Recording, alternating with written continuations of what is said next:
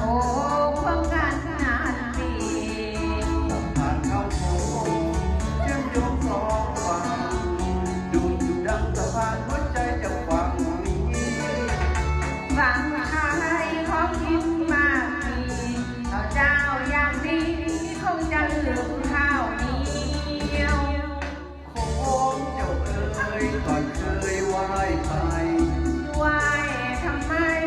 สะพานก็มีขอรักใครไหว้น้ำทีว้าวจังสิข้าน้อยบ่เชื่อใจโค้งเจ้าเอ๋ยช่วยเป็นพยานเดียนสะพานภาษาบ้านด้วยมาหากทำน้องตกให้จมโค้งไปอายหรือไทยสิโจอยากชวนนวลน้องให้ลองข้ามมาจะพาล่องลอยทะเลอ่าวไทยอยากไป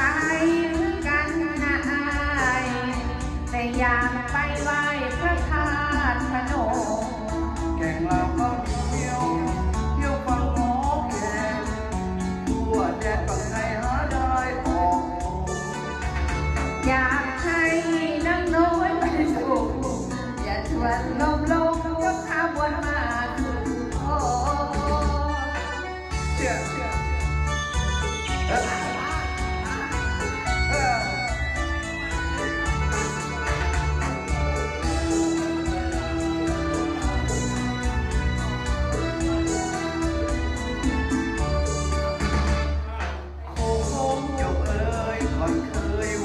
ไป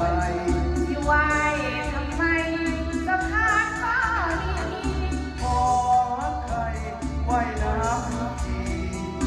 ว้าวจังสิข้าน้อยบ่เชื่อใจโอ้เจ้าเอ๋ยช่วยเป็นพยานเอิญสะพานภาษาบ้านด้วยไหมหากทำน้องตกให้จมโค้งไปอายหรือไทยสิโจอยากชวนน้องให้ลองเข้ามาจะพาล่องลอยทะเลอ่าวไทยอยากไปกันนะอายแต่อยากไปไหว้พระธาตุพนมแก่งลาว